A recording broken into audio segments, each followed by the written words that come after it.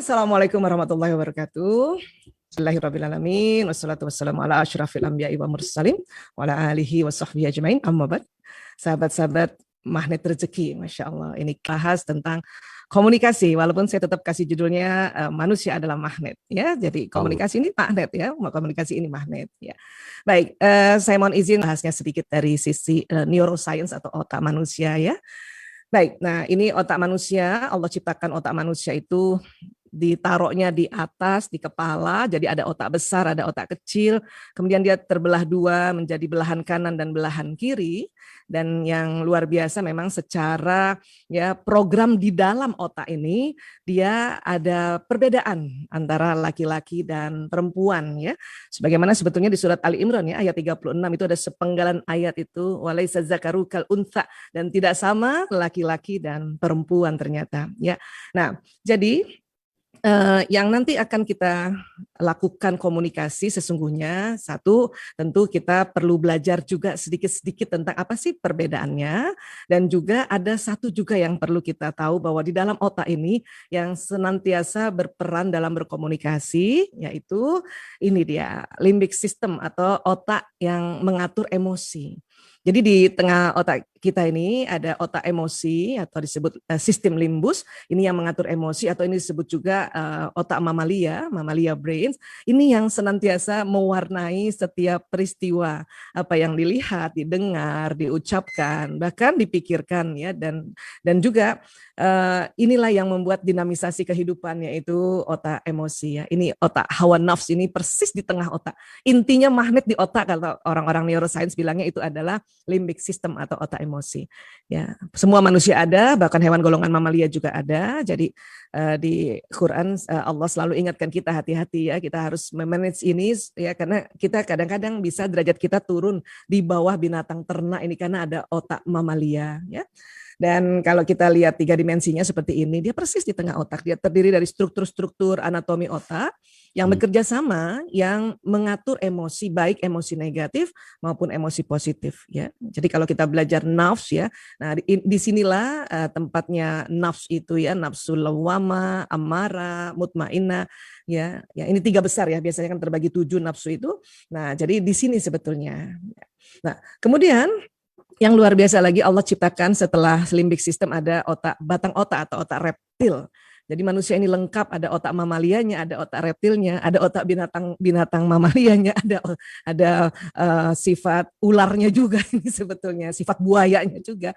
Ya. Walaupun sesungguhnya batang otak ini banyak sekali fungsinya, tetapi yang paling sangat-sangat terlihat adalah respon tubuh yang fight or flight, yaitu pada saat kita terancam. Jadi rupanya pada saat kita terancam, ya semua fungsi otak berhenti dulu, ya off sementara dulu, dan batang otak yang betul-betul berkonsentrasi untuk membuat respon tubuh serang atau kabur. Nah gitu, fight or flight. Nah ini seharusnya kan untuk menjaga kita dari serangan-serangan manusia buas atau binatang buas atau kondisi alam yang tiba-tiba misalnya gempa kah, kemudian banjir bandang dan sebagainya ya. Hanya terkadang ini batang otak ini juga ikut tegang pada saat berkomunikasi, terutama ya suami istri. Ya, itu ikut tegang dia. Makanya kadang-kadang ya kita menghadapi, ya mungkin saya nih sebagai istri kadang menghadapi suami itu akhirnya fight or flight itu. Kita serang atau lari atau kabur ya, seperti itu. Bahkan juga orang tua pada anak. Nah, ini yang sering terjadi, makanya mengapa terjadi komunikasi yang tidak menyenangkan, tidak membuat nyaman, karena selalu ada kita mau serang gitu. Apalagi sedang pandemi seperti ini, anak-anak bekerja atau sekolah dari rumah, ini kan orang tua tegang nih batang otaknya ya. Harusnya batang otak ini tegangnya di luar rumah, ini di dalam rumah tegang karena kondisi sekarang ya. Nah, jadi ini ada otak mamalianya, ada batang otak ya, nanti yang membedakan manusia dengan mamalia ini lapisan neokorteksnya, kita lebih tebal, dan yang paling depan ini di belakang dahi ada namanya prefrontal cortex. Nah, disinilah tempatnya ilmu, pengetahuan, nasihat, informasi, kisah-kisah. Ya, kita belajar dan motivasi-motivasi yang biasa kita dapat. Dan itu insya Allah masuknya di depan ini, prefrontal cortex itu. Ditangkap oleh mata, telinga, kita menulis mamalia, nah baru dia ke depan. Ya, ini. Nah, cuman kadang ya kalau otak mamalia sedang tegang, batang otak sedang tegang, ya ilmu-ilmu yang ada di depan ini terblokir sementara. Disinilah fungsi kita tenang, rileks, tarik nafas, istighfar. Wah, itu istighfar dahsyat banget itu. Ya, supaya apa? Supaya rupanya batang otak dan otak mamalia langsung rileks. Nah, baru ilmu terakses kembali. Ya, termasuk juga misalnya kita belajar tentang ilmu-ilmu komunikasi. Ini kan masuknya di sini. Ya, kita belajar bagaimana menghadapi suami, menghadapi anak, atau suami menghadapi istri, ilmunya di sini. Tapi pada saat mamalia tegang, otak limbik sistem tegang, batang otak juga tegang, itu ya itu terblokir sementara ilmu di depan ini. Karena dia posisinya sangat di depan. Ya, sementara untuk membuat sebuah action, membuat sebuah perilaku itu adalah ya yang bertemu dengan sumsum tulang ini atau ya ini saraf-saraf di tulang belakang adalah otak reptil. Baru mamalia, nah baru otak ilmu kita. Ya, ini yang makanya sering orang bilang, aduh orang itu ya rajin banget taklim, ikut seminar rajin sekali, tapi kalau dia marah sama suaminya, dia, aduh, ya dia cubit juga itu suaminya, gitu ya. Nah itu karena lupa di sini sementara. Makanya mengapa disuruh tenang dulu. Ya Rasulullah ajarkan kita lagi marah berdiri duduk, tarik nafas panjang, istighfar berkali-kali, ya. Nah supaya apa?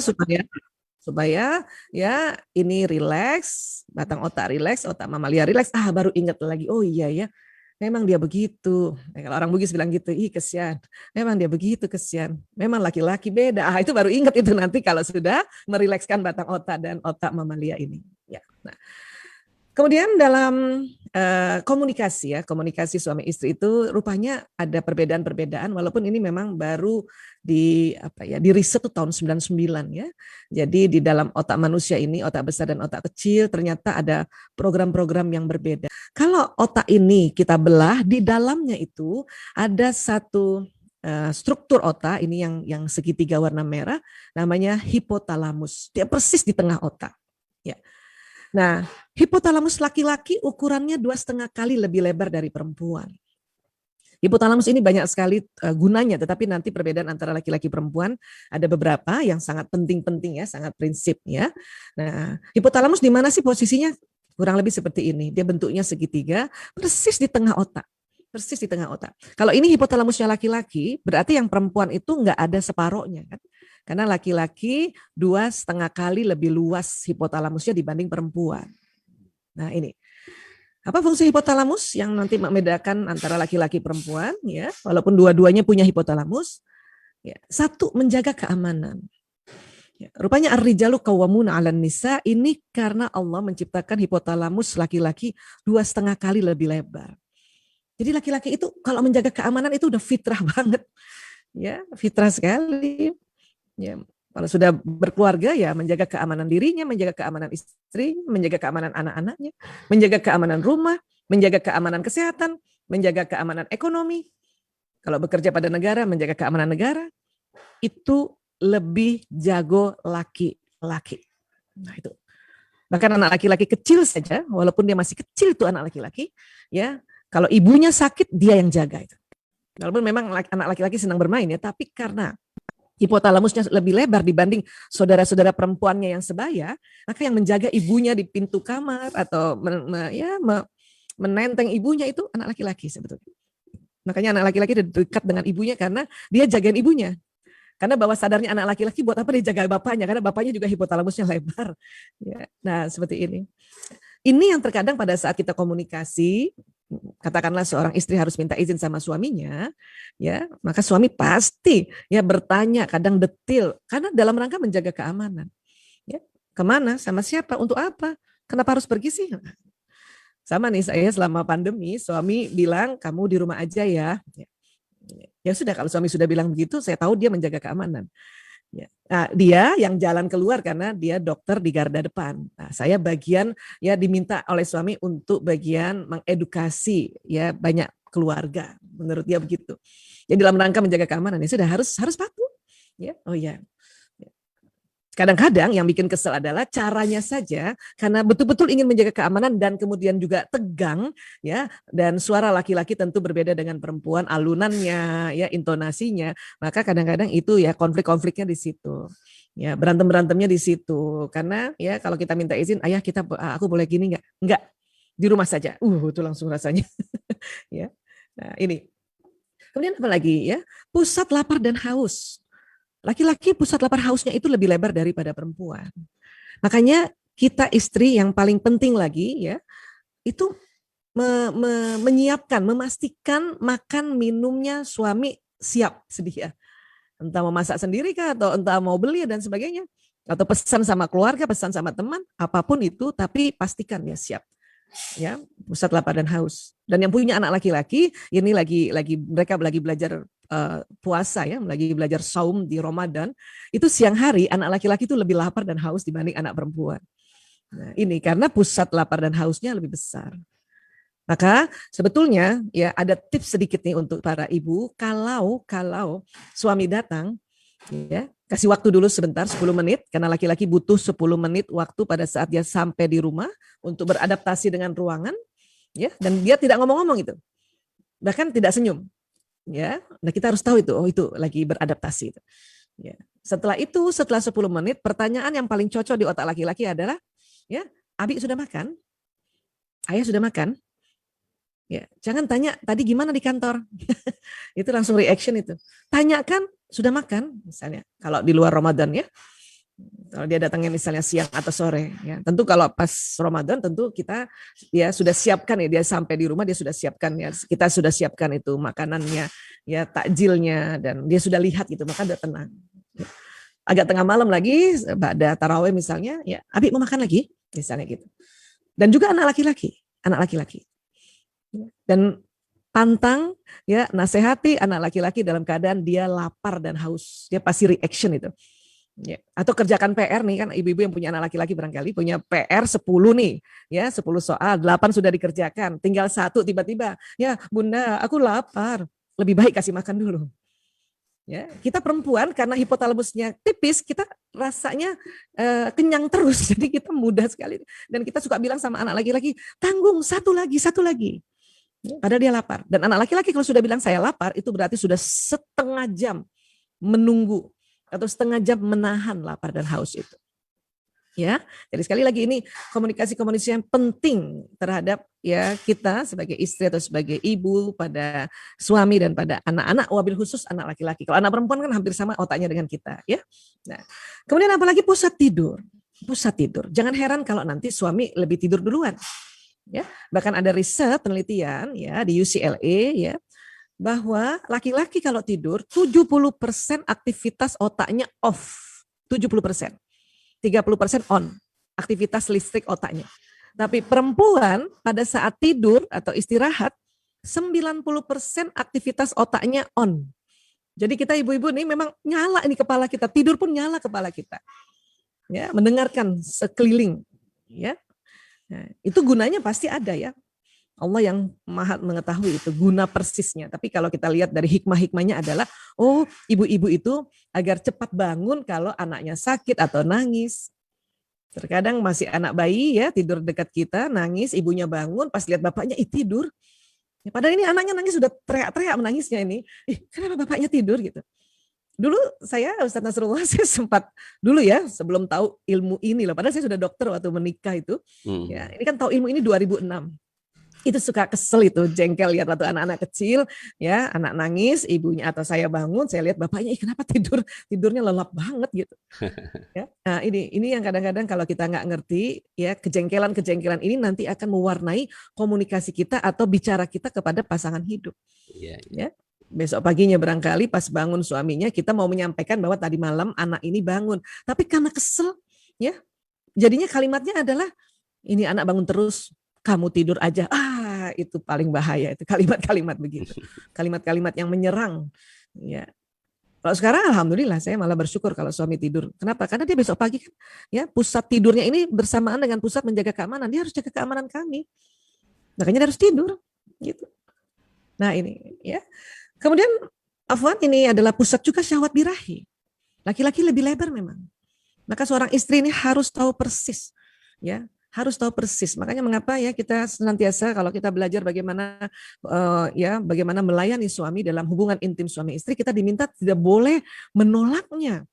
Kecuali dalam keadaan kita ada halangan, yaitu menstruasi atau masa nifas atau penyakit-penyakit lain yang ada di daerah rahim atau leher rahim dan sebagainya. Ya, selebihnya harus siap sedia gitu.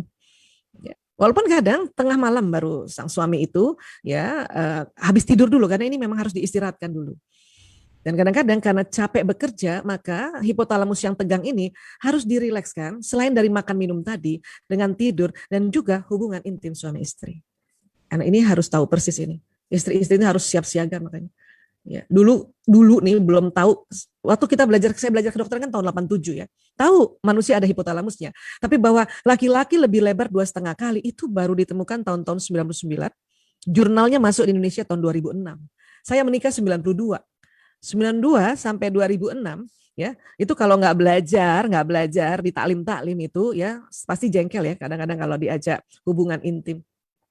Tapi setelah tahu lagi tentang hipotalamus laki-laki yang 2,5 kali lebih lebar, itu lebih lagi sangat-sangat menyadari, sangat sadar, dan insya Allah untuk mencapai ikhlasnya lebih cepat sekali itu.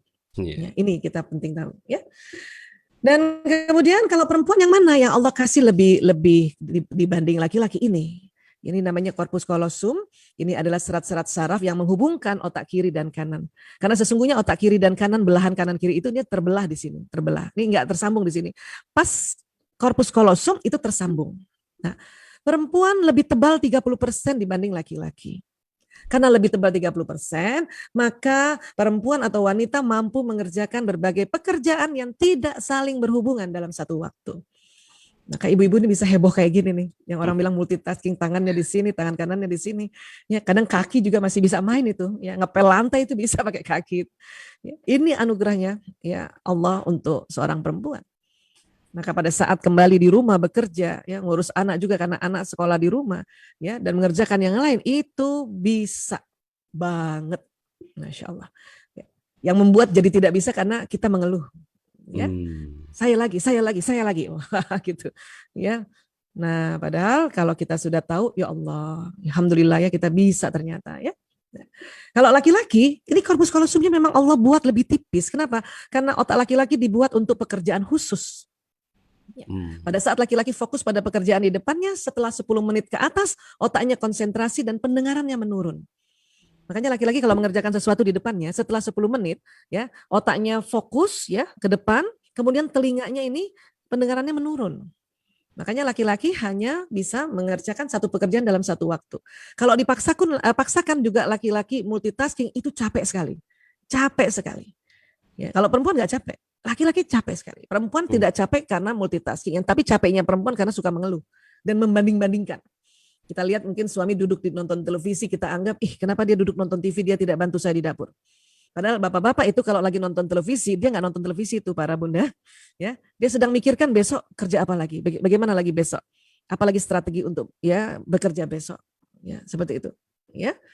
Nah, jadi ketika pria membaca koran, baca buku, pegang gadget, nonton TV, pria tidak mendengar apa yang dikatakan wanita. Wah, ini juga yang sering terjadi konflik-konflik ya terhadap komunikasi. Bapak-bapak lagi lihat laptopnya, baca buku kah, atau nonton televisi. Dipanggil itu baru panggilan ketiga atau keempat biasanya baru menoleh. Ya. Dan perempuan biasanya kalau nggak ngerti itu jengkel dan sering melabel. Ya, dia tidak perhatikan aku gitu. Padahal ya laki-laki memang nggak dengar, bisa jadi memang nggak dengar kan, apalagi kalau sudah di atas 10 menit. Kalau baru 10 menit buka laptop, diajak bicara dia masih dengar. Ya, 10 menit lihat televisi, belum sampai 10 menit dia masih dengar. Tapi di atas 10 menit ya, bapak-bapak fokus di pekerjaannya, apalagi waktu working from home, istri bicara dari belakang itu hanya sambil lalu saja, bisa jadi tidak dengar itu. Bukan sengaja, tetapi memang tidak dengar. Ya, karena pendengarannya menurun sehingga konsentrasi. Untuk itu kita perlu tahu dan kemudian kita ya mencari cara untuk memanggil suami atau anak laki-laki, dan pada saat menoleh suami dan anak laki-laki, seorang istri atau seorang ibu masih cantik. Ya, karena banyak bapak-bapak bilang sama saya itu ya kalau lagi ada seminar-seminar umum ya dulu ya sebelum pandemi, Bu Aisyah saya heran kenapa istri-istri kalau manggil matanya melotot. Saya bilang itu panggilan keempat Pak. Yang istri bapak cantik panggilan pertama dan kedua itu. Dan karena nggak ada ilmunya, panggilan ketiga dan keempat sudah melotot. Maka para bunda kalau mau memanggil suami yang sedang konsentrasi atau seorang ibu mau panggil anak laki-lakinya yang sedang konsentrasi, supaya pada saat suami menoleh atau anak laki-laki menoleh, ya, ini ada tips ini, boleh dicatat. Ya. Pertahankan senyum sampai 5 kali panggilan. Insya Allah. Laki-laki itu dia menoleh di panggilan ketiga atau keempat. Sehingga waktu dia menoleh ke kita, kita masih cantik karena masih senyum. Ya. Karena ada riset mengatakan laki-laki senang melihat wanita tersenyum. Ya. Tentu yang halal adalah istrinya. Makanya kita istri senyum aja terus, latihan senyum terus. Ya, Masya Allah. Ya. Jadi inilah ya hal-hal yang seperti yang harus kita pelajari sedikit-sedikit ya. Dan ini saya paling cinta ini dari pelajaran Magnet Rezeki adalah hidup kita adalah proyeksi. Ya, dari mana? Ya itu tadi dari pikiran, dari perasaan. Karena nanti kalau kita bicara perasaan itu adalah kerja kolbu. Ya, kemudian setiap detik ada 2 juta informasi masuk di otak dan masuk di kolbu. Ya, dan kemudian apa? Ada 60.000 pikiran dan perasaan setiap harinya, ya, yang dikeluarkan, ya, muncul di pikiran, muncul di perasaan kita 60.000. Ini kalau nggak banyak belajar, maka 60.000 itu komposisinya bisa jadi, ya, prasangka atau pikiran perasaan negatifnya lebih banyak komposisinya dibanding yang positif. Dan kalau kita diajarkan oleh Ustaz Nasrullah tentang proyeksi pikiran dan perasaan ini, ya, maka ini akan membentuk nasib. Ya, dan ini ya nasib ini katanya realitas sekunder. Saya setuju banget ini. Dan pikiran dan perasaan setiap hari yang muncul 60.000 kali, inilah dia realita primer. Maka luar biasa sahabat-sahabat yang bergabung di komunitas Magnet Rezeki ya. Ini kita diajarkan untuk 60.000 ini sebisanya berikhtiar kita komposisinya ini perbandingannya ya yang positifnya jauh lebih banyak daripada yang negatifnya. Supaya apa? Supaya nasib kita positif atau nasib kita baik ya. Nah, itulah pada saat kita berkomunikasi ya, terutama kalau di rumah ya, ini dengan anak, dengan suami, itu banyak hal-hal yang perlu kita tambahkan.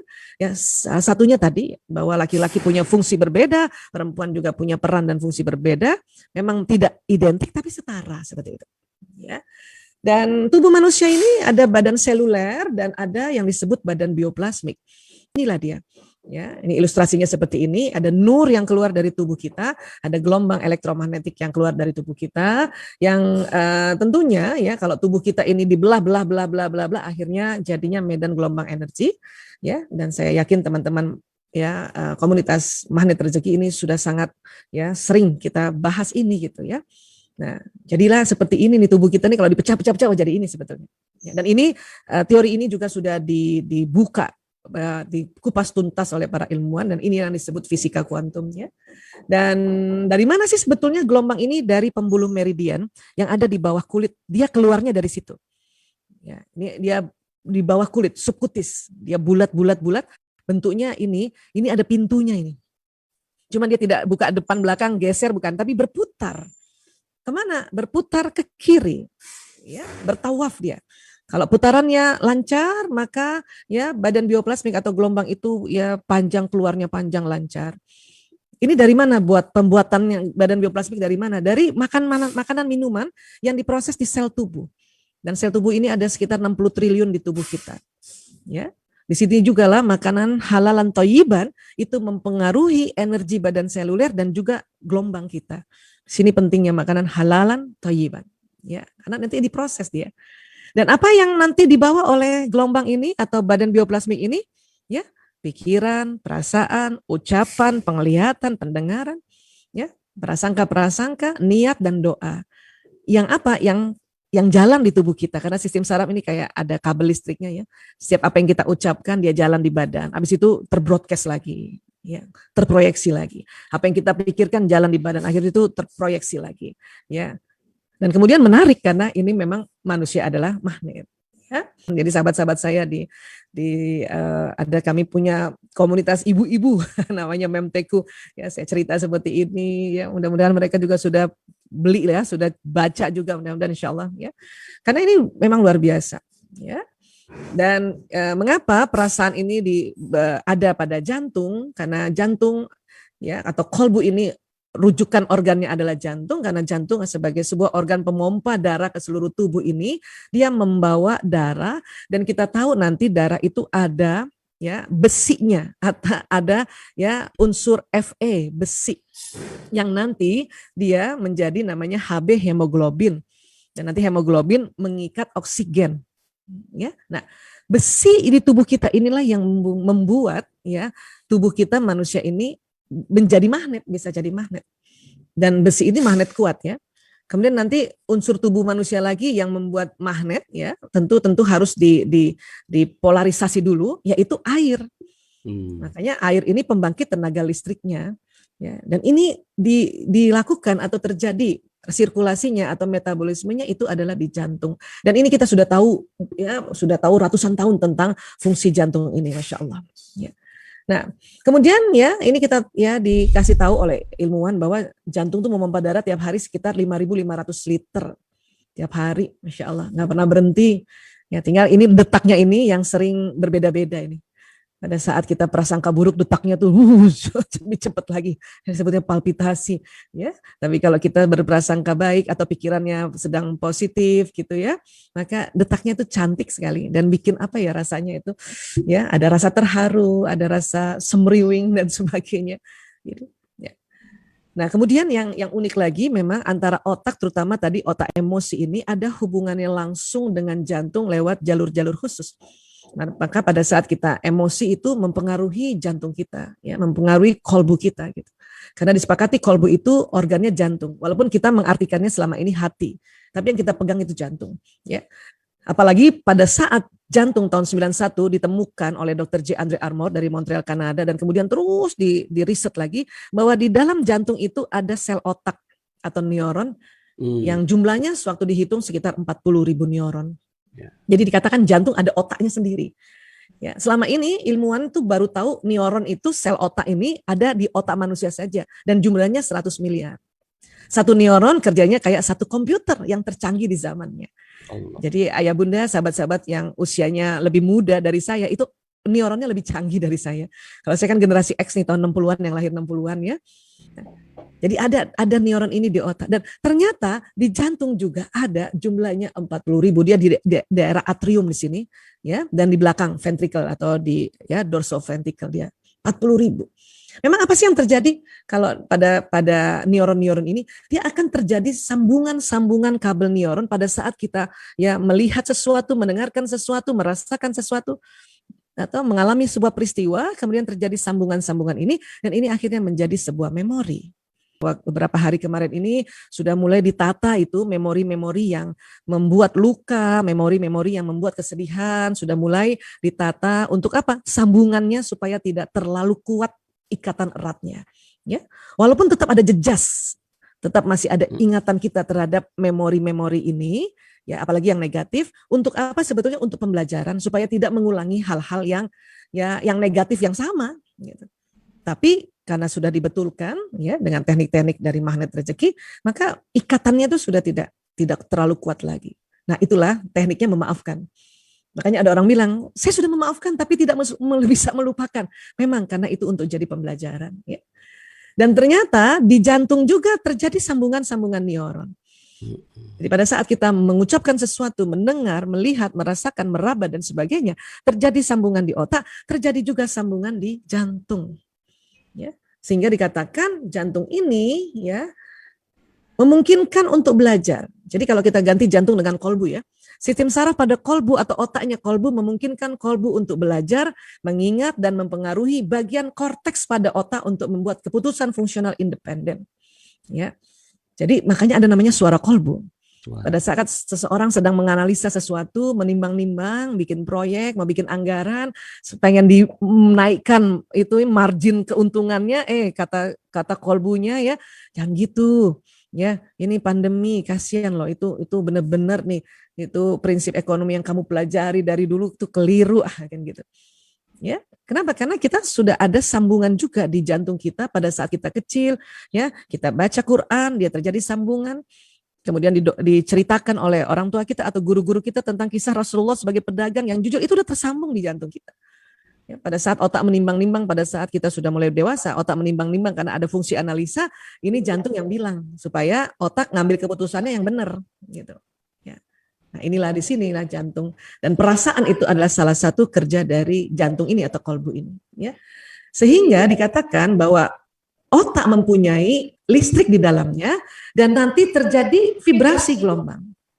Jadi orang yang berpikiran positif Dia setelah disetting di otaknya ini, sudah dibetulin nih, diatur sedemikian rupa, dia akan keluar juga mewarnai sekeliling pikiran itu. Bahkan ya memproyeksikan. Setelah memproyeksikan, dia menarik. Jadi sudah projection attract lah seperti itu. Karena ada magnet, ya. Dan yang luar biasa lagi, menurut Institute of Heart, jantung mempunyai medan elektromagnetik 5.000 kali lebih besar daripada otak. Jadi pikiran positif bisa memancar sehingga meng-attract, ya. Perasaan positif atau positive feeling juga memancar dan men-attract lebih kuat lagi sebetulnya. Ya. Sehingga oleh Dr. Rollin McCarthy mengatakan vibrasi gelombang elektromagnetik jantung dapat mengirimkan pesan kepada aktivitas otak dan jantung orang lain. Allah. Ya. Jadi artinya jantung bisa ngomong sama jantung, jantung bisa bicara sama jantung. Kolbu to kolbu communication. Bahkan juga dikatakan ya jantung bisa bicara dengan otaknya orang lain. Ya, kolbu to brain communication. Nah, ini yang terjadi sebetulnya selama ini, ya inilah yang senantiasa kita diingatkan. Ya, sinyal ini kan nyala terus ya, nyala terus. Tapi isinya apa? Nah, isinya apa ini yang perlu ya kita betulkan, kita tata ulang, ya. Bahkan dikatakan manusia dapat berkomunikasi dengan yang lain, ya, dengan menggunakan jantungnya tanpa mulut bicara. Kalau kita perasaan kita nggak enak, apa tersampaikan pada pasangan hidup kita? Iya. Ini juga komunikasi yang namanya bahasa kolbu. Tapi luar biasanya Allah membuat waktu tunda. Pada hal-hal yang negatif tidak langsung cepat sampainya. Ada waktu tunda. Kenapa? Karena gelombangnya, bentuknya tidak teratur. Makanya ada istilahnya gelombang incoherent. Dia akan keluar juga, terproyeksikan, tapi ya agak lama jalannya dibanding kalau hal-hal yang positif. Ya, kalau hal-hal yang positif itu gelombangnya koheren, dia teratur. Makanya cepat sampai. Sesuatu yang teratur itu cepat sampai. Antri teratur cepat sampai kan, gitu. Disinilah kita diminta, ditunggu oleh Allah untuk apa? Mendelete perasaan-perasaan negatif yang terlanjur kita pancarkan. Itu dikasih waktu tunda. Ya, itulah istighfar di sini bermakna sekali. Astagfirullahaladzim ya Allah, astagfirullahaladzim ya Allah, astagfirullahaladzim. Ya, supaya ya pesan negatif itu ya langsung terdelete. Setelah itu harus disetting lagi pesan positifnya, pesan perasaan positifnya. Karena kalau sudah terdelete terus apalagi yang mau dipesan kan nggak ada kan? Makanya setting lagi. Ya. Dan akhirnya gelombang ini memancar seluruh tubuh, wabil khusus di daerah jantung yang lebih kuat karena dia 5.000 kali. Makanya pikiran, perasaan, dan seluruh tubuh membawa sinyal ini dan tidak pernah berhenti sinyal ini, ya dia tidak pernah berhenti. HP kita aja, smartphone kita aja, gadget kita aja masih bisa berhenti tuh. Lowbat ini nggak pernah. Ya, yang jadi masalah adalah apa bahasa atau komunikasi yang kita kirimkan di dalam gelombang ini untuk sampai ya ke seseorang atau untuk sampai di alam semesta ini. Ya. Jadi kalau kita bahagia maka dia akan terbroadcast bahagia dan dia akan ditarik peristiwa yang tambah membuat bahagia, Masya Allah. Ya, sholat ya salah satu hikmah dari jutaan hikmah sholat karena dalam satu rakaat itu ternyata terjadi 360 derajat putarannya. Makanya mengapa pada saat kita sholat ini ya pembuluh meridian di bawah kulit atau subkutis yang tadi kita belajar bahwa dia berputar. Terus berputar 360 derajat dan dia berputarnya ya ke kiri ya atau bertawaf ke kiri, maka habis sholat putarannya yang tadinya lambat dia akan lebih cepat, lancar sehingga orang habis sholat itu gelombangnya memanjang, Masya Allah. Ya. Sehingga apa? Sehingga orang yang habis sholat hati-hati bicara, hati-hati berpikir, hati-hati berperasaan. Ya, kenapa? Karena terbroadcast dengan cepat tanpa kita sadari dan setelah itu meng-attract ya dia narik. Ya. Nah ini dia, apalagi kalau berdua ya, ini terakhir saya mau kasih cerita ya, bahwa kenapa suami istri itu harus komunikasi belajar, termasuk ya sadari bahwa suami istri itu ada bahasa kolbunya, ada komunikasi gelombangnya. Jadi saya pernah riset ini di klinik kami, di klinik Sunter itu ada foto aura ya. Jadi waktu itu ada suami istri, saya minta dia duduk, kemudian ada alat foto aura itu kan kayak lempengan, ya, ini jempol ya, ini jempol suami, ini jempol istri. Kemudian kita lihat di monitor. Saat itu suami istri ini lagi marah-marahan gitu, lagi kesel-keselan. Tapi belum diomongin. Apa yang terjadi di monitor ketika berpikiran jelek terhadap satu sama lain, ada penghalang antara suami istri. Padahal harusnya suami istri itu nggak boleh ada penghalang karena dia adalah gelombang yang sudah selaras, yang dikarenakan oleh hubungan intim suami istri itu selaras, dan harusnya kalau bersama-sama itu karena gelombangnya selaras, ya ucapan doa niatnya suami istri itu akan terbroadcast lebih cepat daripada sendiri-sendiri. Tapi pada saat kita berpikiran jelek, dia ada penghalang. Oke. Nah, kemudian suami istri itu, saya bilang sama istrinya, bisik-bisik istri, coba kamu, apa yang kamu keselin ngomong sama suami. Wow, mulai itu istrinya. Papa sih, nah, gitu. Apa yang terjadi itu ya, aduh, makin jauh itu. Dan berubah warna dia menjauh nih. Padahal orangnya deketan ya, walaupun tidak menempel memang. Ya, nah sudah kelihatan. Oh ya, nih ketika saling defensif. Habis itu suruh tarik nafas, istighfar lagi. Terus saya bisik sama suaminya, Pak, ya coba puji ibu. Jadi itu suaminya sambil jempolnya di depan. Apa dia bilang, Mama kalau marah-marah tambah cantik. Yes. Terus kata istrinya, apaan sih? Wah, lebay gitu. Apa yang terjadi? Ketika berbagi pengalaman yang bahagia bersama, penghalang hilang dan gelombang ini sudah mulai menyatu, hampir menyatu nih. Ya sudah mulai. Padahal belum nempel badannya. Asik ya? Jauh-jauhan, tapi kalau saling asik-asik ceritanya atau saling memuji, saling bercanda, itu penghalang hilang. Dan pada saat kayak gini sih, ya ada salah satu yang berdoa barangkali atau berniat, itu terbroadcast itu niatannya itu ke alam semesta dan nanti akan ditarik cepat, Masya Allah. Dan terakhir ya, saya minta waktu itu, maaf ya karena ini suami istri saling berciuman. Itu betul-betul energi menyatu, ya Allah ya Rob. Ya.